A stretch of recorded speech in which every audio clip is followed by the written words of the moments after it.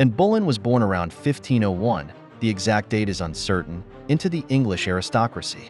She was the daughter of Thomas Boleyn, a respected diplomat, and Elizabeth Howard, a member of one of England's prominent families, and was educated in the Netherlands and France, which exposed her to Renaissance culture and ideas, making her one of the most educated women of her time.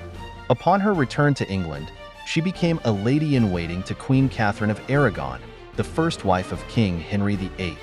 Her beauty, charm, wit, and sophistication caught the eye of Henry VIII, who became infatuated with her. Henry VIII, frustrated with Catherine of Aragon's inability to produce a male heir, sought to annul his marriage. However, the Pope refused to grant the annulment, and, meanwhile, refused to become Henry's mistress and insisted on marriage. Henry's obsession with and led to England's break with the Catholic Church when he declared himself the supreme head of the Church of England. This allowed him to annul his marriage to Catherine in 1533 and marry Anne, who was already pregnant with their child, in September 1533, and gave birth to a daughter, Elizabeth, who later became Queen Elizabeth I. However, Anne's failure to produce a male heir became a source of tension and disappointment for Henry. She suffered several miscarriages, which diminished her standing and influence at court by 1536 and had lost the king's favor. Henry's affections had shifted to Jane Seymour, one of Anne's ladies-in-waiting.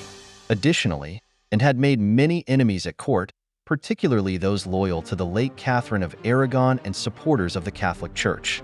On May 2, 1536, Anne was arrested and taken to the Tower of London, accused of adultery, incest, and plotting to kill the king. The charges were likely fabricated, as they included accusations of affairs with multiple men, including her own brother, George Boleyn. The evidence was thin and heavily based on rumors, dubious confessions extracted under pressure, and testimony from her enemies. Anne's trial was held on May 15, 1536, at the Tower of London. She was tried by a jury of her peers, including her uncle, the Duke of Norfolk, who presided over the trial, despite her eloquent defense and the lack of concrete evidence, and was found guilty. It was widely believed that the outcome was predetermined, as Henry was eager to rid himself of and to marry Jane Seymour, and was sentenced to death by beheading. Initially, she was to be burned at the stake, but Henry, in a rare show of mercy, commuted the sentence to beheading by a swordsman rather than an axe, which was considered a more dignified and quicker death. On the morning of May 19, 1536, Anne was led to the scaffold erected within the Tower of London's inner court. She was dressed in a gray gown with a crimson petticoat, her long hair tucked into a white coif. She maintained her composure and displayed remarkable dignity throughout the ordeal. In a brief final speech, she avoided criticizing Henry or declaring her innocence outright, possibly out of concern for the safety of her daughter, Elizabeth. She said, "Good Christian people, I am come hither to die, for according to the law and by the law I am judged to die, and therefore I will speak nothing against it. I am come hither to accuse no man, nor to speak anything of that whereof I am accused, as I know full well that aught that I could say in my defense doth not appertain unto you, nor would save my life. I pray and beseech you all, good friends, to pray for the king's grace, that he may long reign over you. For a gentler nor a more merciful prince was there never, and to me he was ever a good, a gentle and sovereign lord."